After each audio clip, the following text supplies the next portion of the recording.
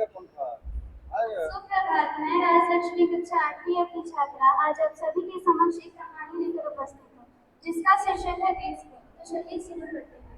एक समय की बात है जब स्वामी विवेकानंद जी विश्व धर्म सम्मेलन में भाग लेने के लिए अमेरिका गए थे।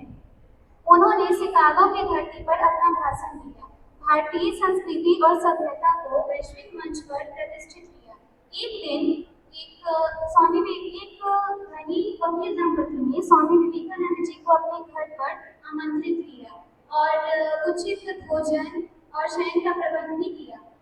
स्वामी विवेकानंद जी रात्रि भोजन करके अपने शयन कक्ष में चले गए और वकील दंपति भी भोजन के उपरांत अपनी रूम में चले गए।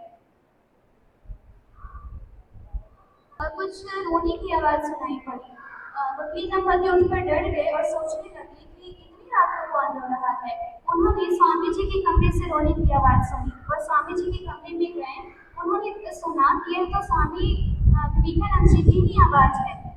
उन्होंने स्वामी जी से पूछा कि क्या आपको कोई कष्ट है, आप क्यों रो रही हैं, क्या हमने आपके स्वागत में कोई कमी कर दी। तो स्वामी जी बोले, नहीं, आपने मेरे स्वागत में कोई कमी नहीं की है। वास्तव में मैं जब इस कमरे में आया तो इस कमरे की सुंदरता देखकर इतना लोभित हो गया और इतनी संपन्नता, इतनी विलासिता के बीच मेरे अपने भारत की स्थिति याद आने लगी और मेरी आंखों में आंसू आ गए। और विवेकानंद जी बोले कि जब मेरे भारत के करोड़ों लोग, करोड़ों भाई बहन भूखे प्यासे, शोषित, पीड़ित और दुखी जीवन जी रहे हैं, तो भला मैं कैसे इस रूम में सो सकता हूँ, मुझे कैसे चैन की नींद आ सकती है।